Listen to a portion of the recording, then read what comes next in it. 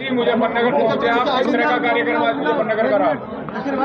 देखिए, मुजफ्फरनगर, शामली और सहारनपुर मंडल में आज मैं आश्वासन समिति विधान परिषद के सभापति की हैसियत से तीनों जिलों के अधिकारियों से जो विधान परिषद में सरकार द्वारा आश्वासन दिए गए थे उन आश्वासनों पर कंप्लायंस के लिए मैंने बैठक लिया।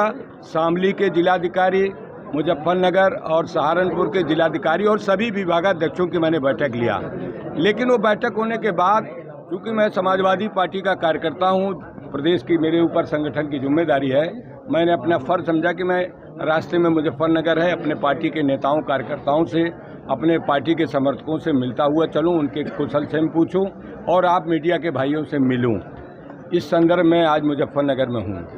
अध्यक्ष जी, G20 चल रहा है, क्या कहेंगे? देश में बड़े बड़े नेता आ रहे हैं सभी दुनिया। देखिए, भारतीय जनता पार्टी उत्तर प्रदेश के हालात को, चाहे केंद्र की सरकार हो, राज्य की सरकार, ध्यान नहीं दे रही है, सिर्फ हवाई बातें कर रही है।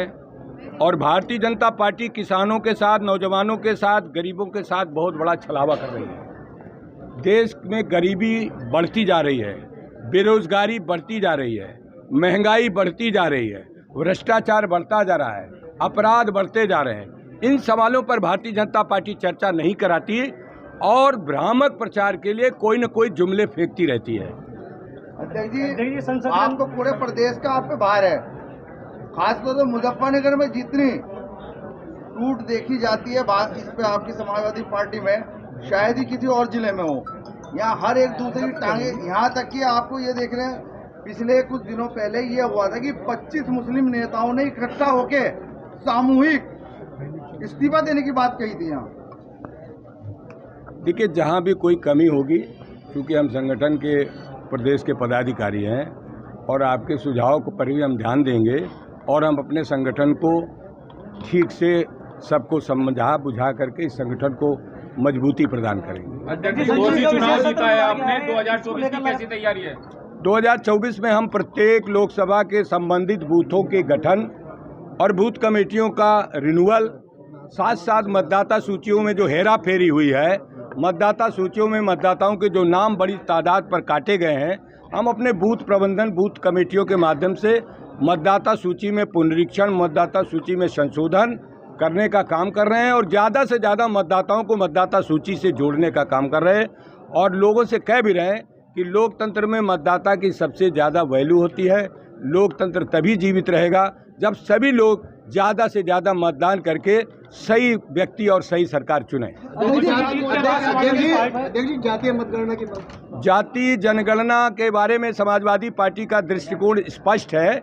समाजवादी पार्टी के राष्ट्रीय अध्यक्ष माननीय अखिलेश यादव जी ने समय समय पर और समाजवादी पार्टी के संस्थापक श्री मुलायम सिंह जी ने समय समय पर देश की पार्लियामेंट, विधानसभा और मीडिया के माध्यम से जाति जनगणना की मांग की है।